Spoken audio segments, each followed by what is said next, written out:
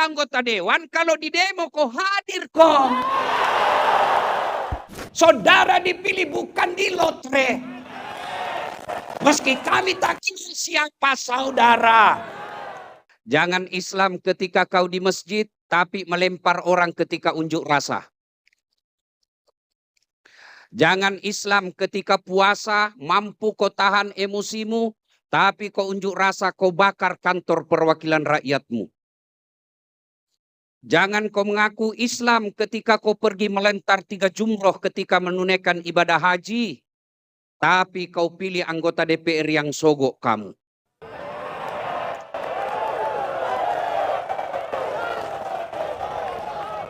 Jantom mah kau menghasut gaspol-gaspol.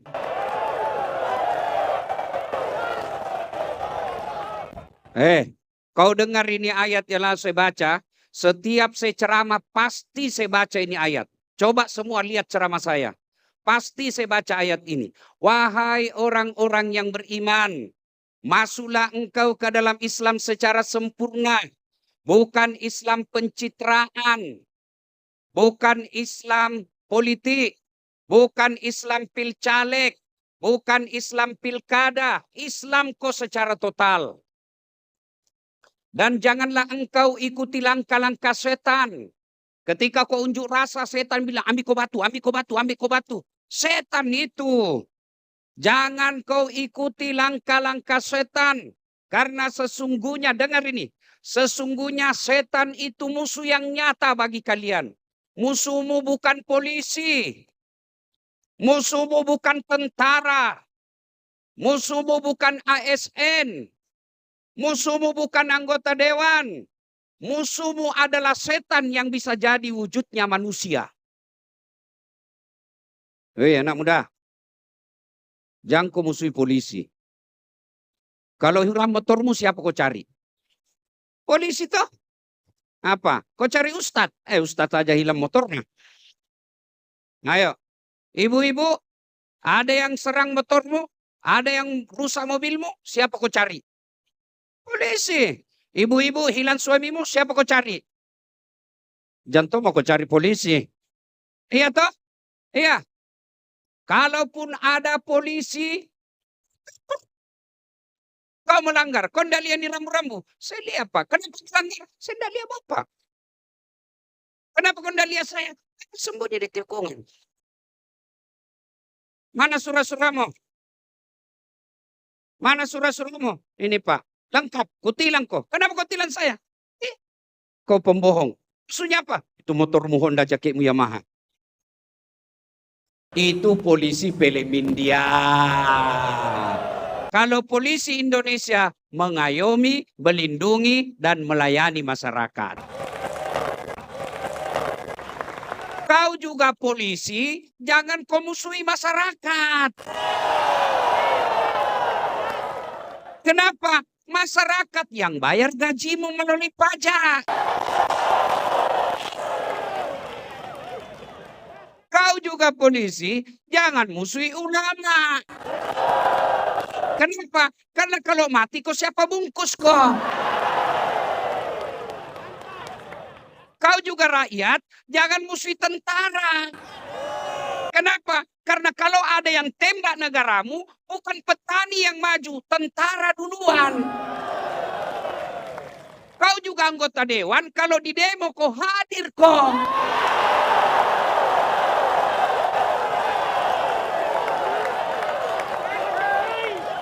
Kalau mau kau dipilih datang kok, kate mamin tu kodong kodong, kunate kate mga temanake. Sekali na terpilih kok, hilang kok. Banyak begitu. Banyak. Kau salah, kenapa kau pilih?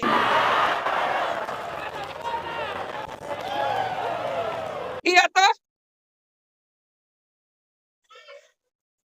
Maka Allah katakan, masuk kau dalam Islam. Jangan kau ikuti langkah-langkah setan. Setan itu musuh yang nyata bagi kalian. Setan yang tidak nampak, gampang usirnya. Bacakan basmalah, lari. Tapi setan dalam bentuk kontraktor, susah. Setan dalam bentuk anggota DPR yang sombong, susah usirnya. Ya, maka Allah katakan, masuk kau dalam Islam secara sempurna.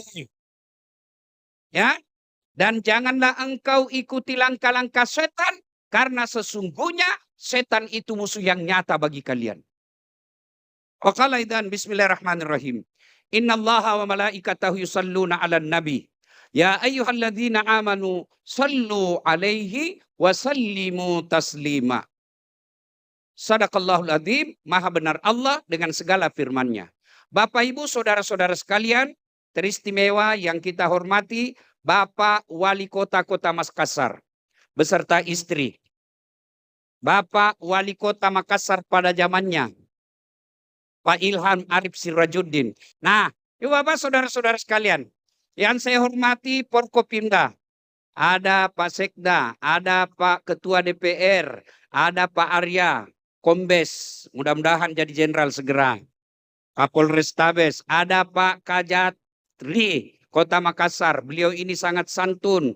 Berapa kali diundang datang ke kantornya, belum sempat-sempat. Saya datang, beliau tidak ada. Saya ada, beliau tidak ada. Namanya tidak jodoh. Ada Pak Dandim, alhamdulillah tingginya hampir 2 meter. Yang kita hormati semua ibu-ibu yang hadir di tempat ini, para tokoh-tokoh agama. Saya yang muliakan dan insya Allah dirahmati Allah. Begini, saya ini Allah takdirkan jadi penceramah. Saya keliling ceramah dari Sabang sampai Merauke. Bahkan sampai ke luar negeri. Baru tadi malam saya dari Malaysia. Sebelumnya saya dari Australia. Sebelumnya saya dari Thailand. Gratis, bos. Subhanallah, setelah saya mengamati, Indonesia ada 3 nikmat yang tidak dimiliki bangsa lain. Yang saya selalu bilang nikmat 3A. Yang pertama, nikmat agama. Tidak ada senikmat beragama seperti Indonesia. Anda pergi ke Saudi, sumber datangnya agama Islam, mau kau ceramah, biar kau jadi ahli agama, kalau tidak dapat izin dari pemerintah kerajaan, tidak mungkin kau bisa ceramah. Biar kau LC, biar kau doktor bidang tafsir, tapi kalau tidak dapat lisensi izin dari negara kerajaan, tidak mungkin kau bisa ceramah. Tapi lihat negara kita Indonesia, biar artis yang baru tobat, baru 2 bulan tobat, modal jenggot sama celana jingkrang, nah kasih kafir-kafir kita karena kita beda mazhab. Iya toh? Sudah tidak bisa lagi dibedakan mana ulama, mana moderator. Iya.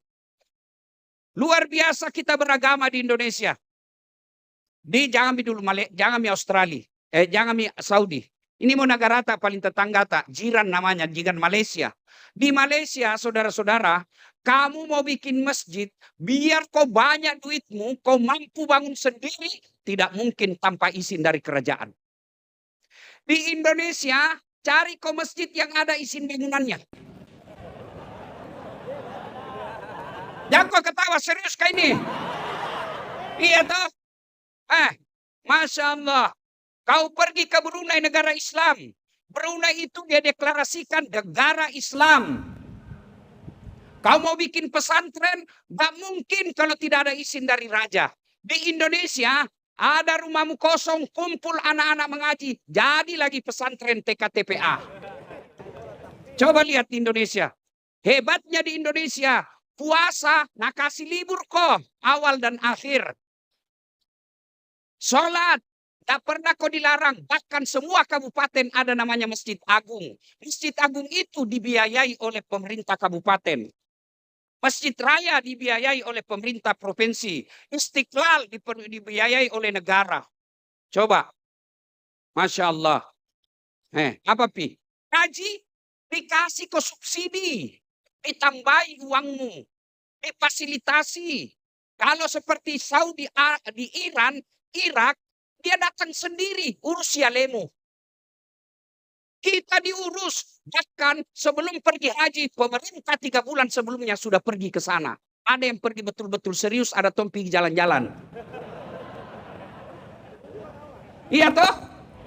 Satu saja tidak diamalkan di Indonesia. Apa? Syariat kisas, hukum potong tangan kalau mencuri.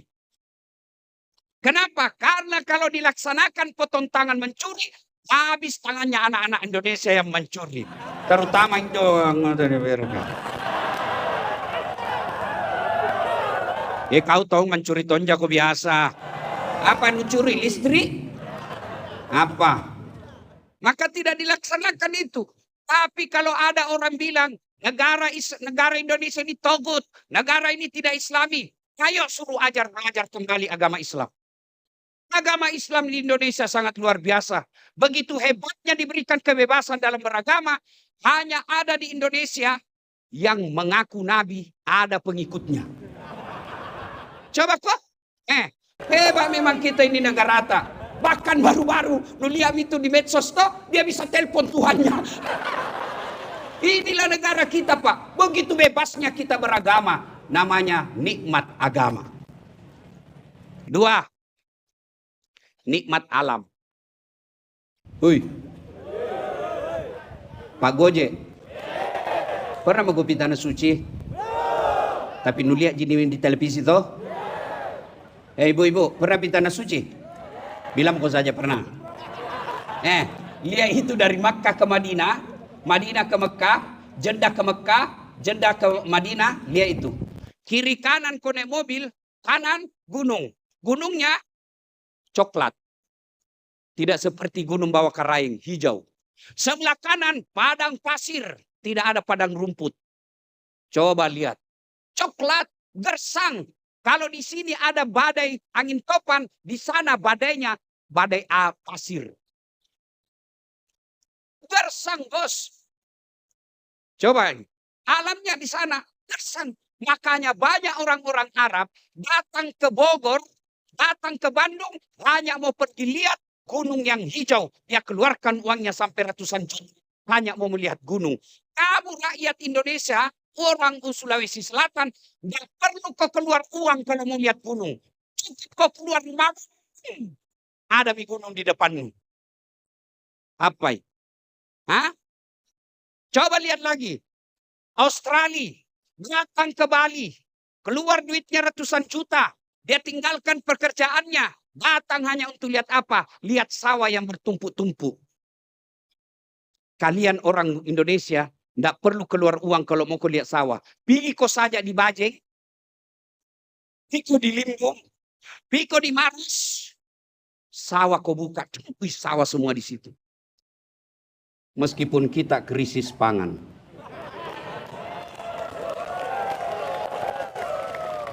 Apa? Nikmat alam. Masya Allah. Saudi Arabia, Uni Emirat Arab, dia kaya hanya karena punya minyak. Minyak saja dia punya. Indonesia punya minyak, punya sawit, punya nikel, punya batu bara, punya emas. Rakyatnya banyak, jandanya pun banyak. Iya toh? Masya Allah. Alam kita ini luar biasa. Di atasnya ada padinya, ada sawitnya, di bawahnya sumber daya alamnya, ada nikel, ada batu bara, ada emas, ada biji dan lain sebagainya. Mestinya tidak ada rakyat miskin. Ya, itu nikmat alam. Nikmat ketiga, nikmat aman. Bos, lihat ricu ini baru-baru. Saya saja sebagai penceramah, 5 caraku batal. Iya toh? Bagaimana kau mau ceramah kalau sudah tidak aman? Soalnya aku menonton satu. Kita nggak mungkin kau bisa ceramah. Kalau coba masih rusuh Makassar, kita kumpul di sini. Iya. Pak Grab, Pak Gojek, Maxim, mana bisa kau cari nafkah kalau ribut nih? Kalian pedagang, mana bisa kau cari nafkah kalau sudah ribut? Maka kalau kau ribut, siapa yang rugi? Bukan orang Malaysia. Siapa yang rugi? Bukan orang Singapura. Siapa yang rugi? Bukan orang Amerika. Siapa yang rugi? Itu bangsa orang Indonesia. Maka menyampaikan pendapat boleh, tapi jangan mengganggu keamanan. Pak Wali, ku bawa makini sejujur-jujurnya. Saya kalau mau cari popularitas viral, mestinya kemarin saya manfaatkan, saya share semua ceramah-ceramah saya menyerang. Tapi apa gunanya kalau saya yang viral, rakyat saya, masyarakat saya, kampung saya ribut. Kau lihat itu, kau lihat nanti komen-komen di Instagram. Mereka maki-maki saya. Mana kau Ustadz? Memangnya saya pemadam kebakaran.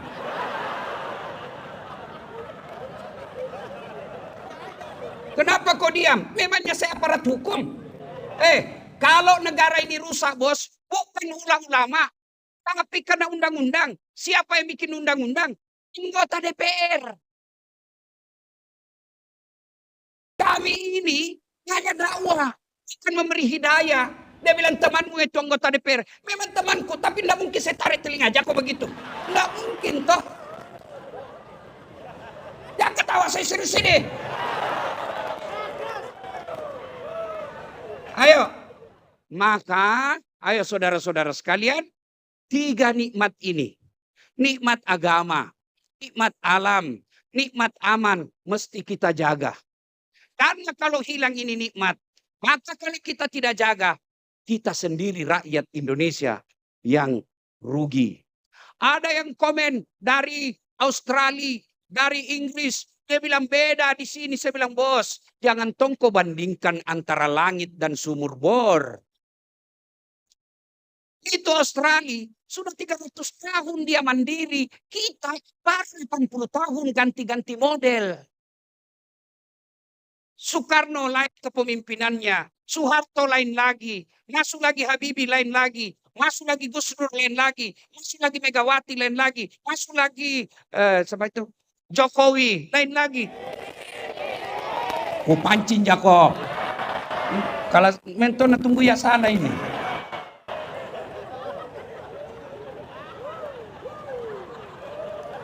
Ayo saudara-saudara sekalian. Nah, sebagai orang Islam, Islam itu agama paripurna. Allah sudah memberikan pelajaran dalam bermasyarakat. Pelajaran bermasyarakat itu ada dalam sholat berjamaah. Mau lihat sistem masyarakat berjamaah. Kalau masyarakat kita tidak Islami, saya pikir karena mereka tinggalkan sholat jamaah. Yang datang berjamaah orang tua yang sudah pensiun. Yang sudah muka-muka sakaratil maut. Anak tidak datang ke masjid. Pejabat tidak datang ke masjid. Anggota DPR kapan dia dengar ceramah? Hari Jumat. Itu pun paling terlambat datang, paling cepat pulang. Orang khotbah dia tidur.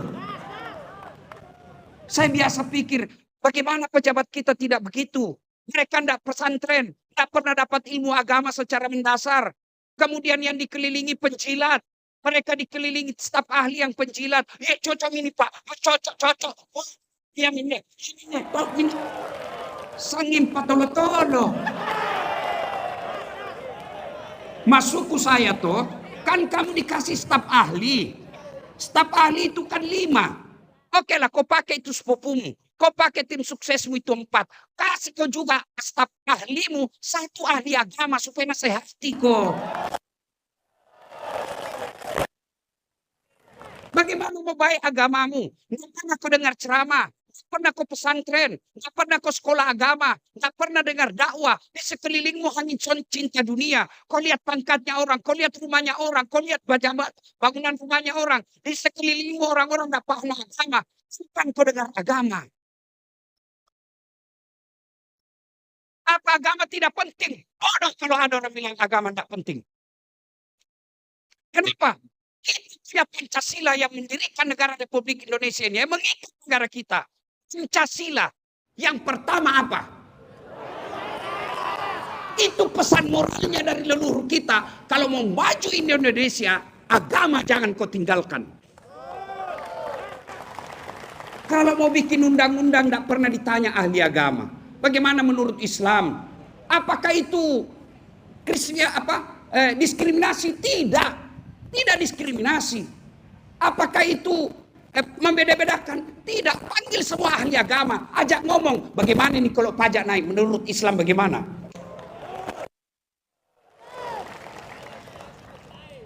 Bicara agama baru tidak paham agama.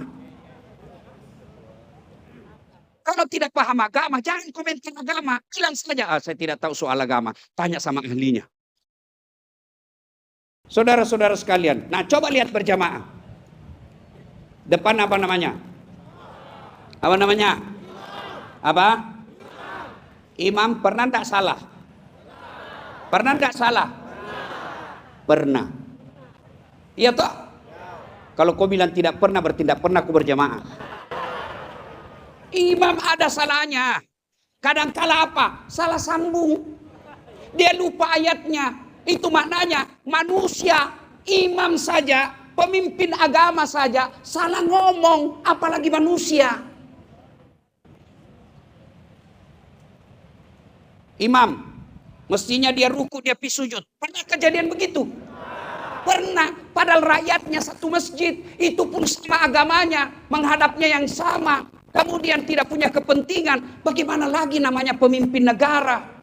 Memimpin banyak agama, memimpin banyak suku, memimpin banyak ras, memimpin banyak kepentingan, memimpin banyak partai. Tidak mungkin mereka tidak salah.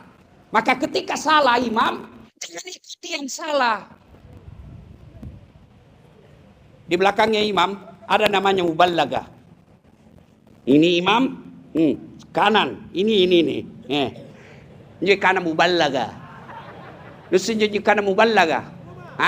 Ada itu kalau imam bilang Allahu Akbar, ada yang berteriak Allahu Akbar.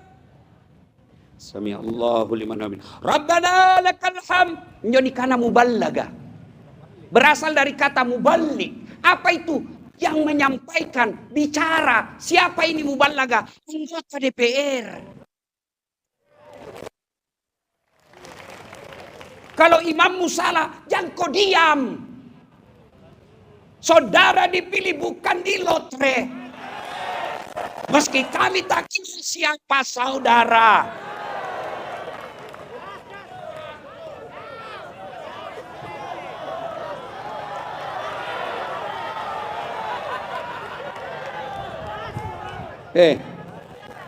Jo imam, kalau salah ditegur. Jangan ikut salah. Bupati, wali kota, gubernur kasih naik pajak, masyarakat lagi susah. Tegur loh anggota DPR. Karena kalau tidak, Gojek yang turun.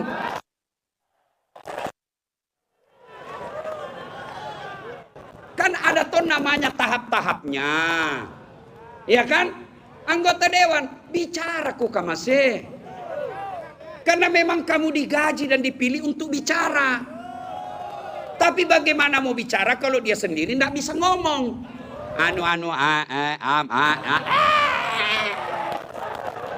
Tidak tahu bicara. Kau juga salah karena kau pilih. Banyak caleg yang jujur, banyak caleg yang baik agamanya, jelas tingkat pendidikannya, rekornya bagus, tidak pernah jalan. Tidak kau pilih karena tidak kasih kau uang. Sepupumu saja tidak kau pilih. Tetanggamu saja tidak kau pilih. Temanmu yang sudah bertahun-tahun kau tidak pilih hanya karena tidak ada uangnya 300.000. Kau semua itu pelakuna. Pakat tangaseng.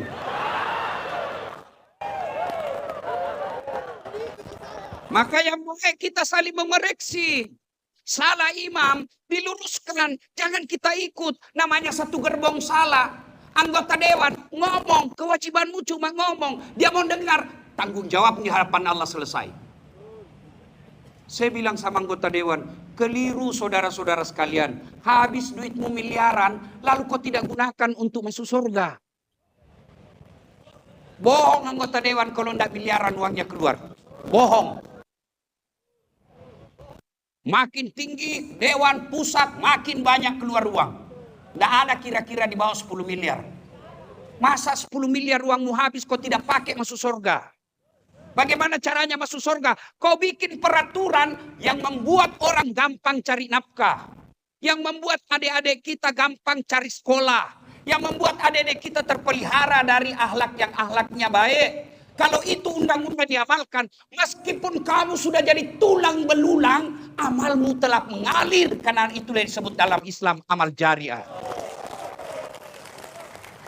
Tapi kalau habis uangmu 20 miliar, kau bikin undang-undang yang memeras rakyat, yang menyengsarakan rakyat, tidak membuat masyarakat tenang, kamu juga dapat dosa jariah.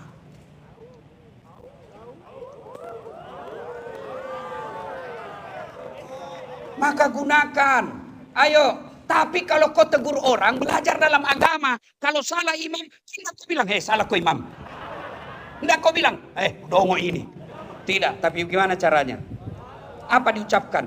Subhanallah, maha suci Allah. Allah yang kita puji. Tempat salah manusia, maka kita tegur. Konsep Islam ini sempurna. Maka dia Nabi Muhammad SAW. Ya kau minta kau ano salah.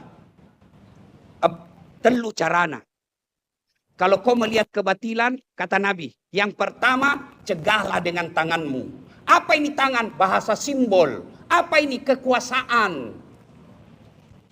Dan dakwah melalui kekuasaan jauh lebih efektif daripada dakwah melalui lisan. Wali kota sholat berjamaah. Assalamualaikum warahmatullahi. Assalamualaikum warahmatullahi. Nah cari. Mana ini kepala dinas pendidikan?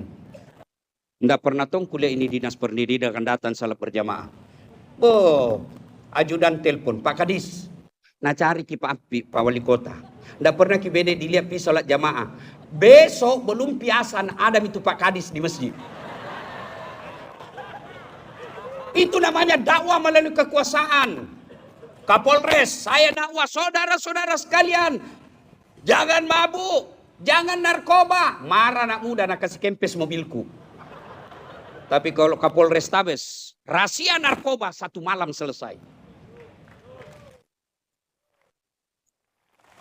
Ayo tegakkan keadilan. Jangan mempermainkan hukum. Tidak ada faedahnya, tidak ada pengaruhnya. Tapi kepala kejaksaan menegakkan keadilan, selesai keadilan dalam waktu dekat. Itu anggota DPR juga begitu. Gunakan kekuasaan, tanganmu, kekuasaanmu. Kenapa? Karena kekuasaan itu pasti ada habisnya. Pelajaran berharga malam ini. Pak Ilham Arif Sirajuddin. 10 tahun bos jadi wali kota. Masih mau pakai lambang Garuda sini? Pakai. Lewat. Nabil male sakit ini bapaknya.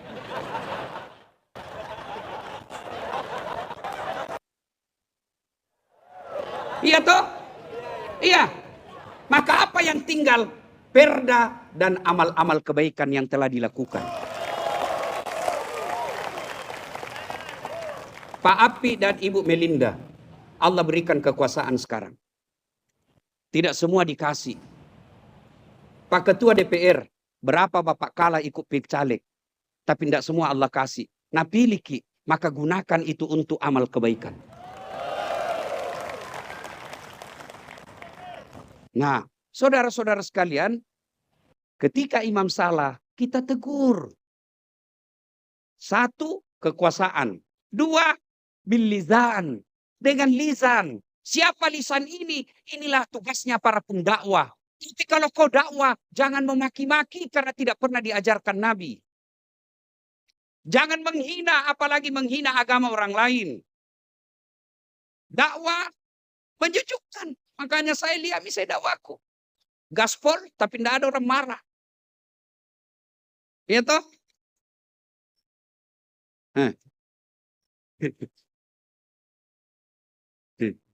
Masya Allah. Ya, sudah? Bapak Ibu saudara-saudara sekalian, kata Nabi, cegahlah dengan tanganmu.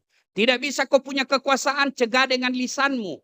Bicara kau. Kau juga tidak mampu, maka kata Nabi, ketahuilah, tegur dengan imanmu. Dalam hatimu, jangan kau kasih betul, jangan kau dukung. Tapi ketahuilah, menegur dalam hati adalah selemah-lemah iman. Jelas, Mi. Unjuk rasa, Dek. Saya ini sarjana sosial politik. Saya termasuk salah satu pelaku demonstrasi 98. Tapi kami waktu itu tidak pernah bakar-bakar, bos. Coba dengar, adik-adik. Unjuk rasa itu protes terhadap kebijakan lebih 90 cara. Ada juga cara namanya mogok makan. Ada begitu. Tidak setuju dengan peraturan, tidak setuju dengan sesuatu, maka dia mogok makan. Kapan dia nanti makan? Ketika nanti ditolak itu kebijakan. Mogok makan. Ada juga yang mogok nikah. Ada, siapa? Yasser Arafat. Dia tidak mau menikah sebelum Palestina diakui. Bahkan ada juga mogok kerja. Kalau tidak mau dilakukan ini kepala batu, kita mogok kerja. Ada juga model apa? Tarik uang rame-rame dari bank. Itu juga semua bagian daripada unjuk rasa. Tapi pada intinya, unjuk rasa, jangan kau menghalalkan segala cara sampai merusak negaramu sendiri. Ada saatnya diam, ada saatnya kita bicara. Nah sekarang, kalau sudah ada morat-marit seperti ini, bagaimana cara? Tadi itu salah satu caranya, ikrar kita. Kalian sudah berikrar di depan kita semua, maka itu artinya kalian akan menjadi agen untuk menjaga perdamaian di Kota Makassar. Yang kedua, paling real, jangan kau sebarkan berita-berita yang bisa menghasut. Jangan sebarkan konten-konten yang kalau kau yakin ini bisa mengancam persaudaraan kita. Apa boleh? Bukan boleh, wajib. Likulli makam makal, wa likulli makal makam. Setiap ucapan ada tempat yang cocok untuk ucapan itu, dan setiap tempat ada ucapan yang cocok untuk tempat itu. Jadi ada saatnya kita sebarkan berita, ada saatnya kita tahan. Cocok ini, biar cocok kalau kau pikir bisa rusuh Makassar, tahan. Menahannya adalah pahala. Itu berita benar, apalagi kalau berita salah. Adik-adik sekalian, kau enggak kenapa maknanya itu Quran pertama Allah turunkan Iqra, baca. Allah tidak katakan nonton. Kenapa? Karena ternyata menonton itu bisa hoax. Lihat kok yang banyak nasalahgunakan orang ceramahku. Dilihat dosa, tidak dilihat barang bagus. Apa nak kasih lihat perempuan yang gaya semua begini. Coba bayangkan, itu bisa diedit, bahaya. Makanya kalau kalian nonton, kalian mendapat video-video, klarifikasi dulu. Apalagi sekarang ada namanya AI. Hah? Tahu Ji? Itu yang ku masuk. Bisa gambarnya lain, isinya lain, tapi juga lain orang bicara. Hati-hati. Berita benar saja kalau dia mengandung kemudaratan harus ditunda demi kemaslahatan umum. Apalagi kalau berita bohong kau sebarkan, kau bukan hanya berurusan sama hukum pidana, tapi juga kau akan bertanggung jawab di akhirat kelak. Bapak ibu saudara-saudara sekalian, banyak yang ingin kita sampaikan, tapi waktu jualah yang membatasi kita. Terus, lu kira tukang parkir? Terus, Pak Api jinju periode kedua. Cukup ya. Pada intinya saudara, beramal maki kalau pulang ki nanti di sini seleksi, jangan sebarkan berita-berita kalau itu kita anggap bisa mengancam persaudaraan dan perdamaian kita. Yang kedua, kalau ada unjuk rasa, tidak mesti harus ke jalan. Ini saya ingat, alhamdulillah. Masih ingat kini itu baru-baru kejadian toh yang diblokir nomor rekening. Ya toh? Berapa orang diblokir rekeningnya? 120 juta. 120 juta rekening termasuk Nakke. Saya tidak perlu unjuk rasa. Saya tidak perlu pergi lempar-lempar. Saya tidak perlu teriak Allahu Akbar. Cukup saya bikin video sampai di telinga presiden. Buka semua, tidak perlu bayar. Sendiri ya bos. Itu yang disebut cerdas menggunakan media sosial. Semoga ada manfaat. Terima kasih Pak Api dan adik-adik KNPI. Mudah-mudahan ini jadi amal jariah buat kita semua. Tapi tidak ada gunanya bos kita kumpul-kumpul malam ini habis-habis waktu kalau kita pulang tidak saling mengingatkan perdamaian di Kota Makassar. Di sini kita hidup, di sini kita cari nafkah, di sini kita beribadah, maka kita sama-sama wajib menjaga kota yang tercinta ini. Usikum wa nafsi bitaqwallah, fastabikul khairat. Assalamualaikum warahmatullahi wabarakatuh.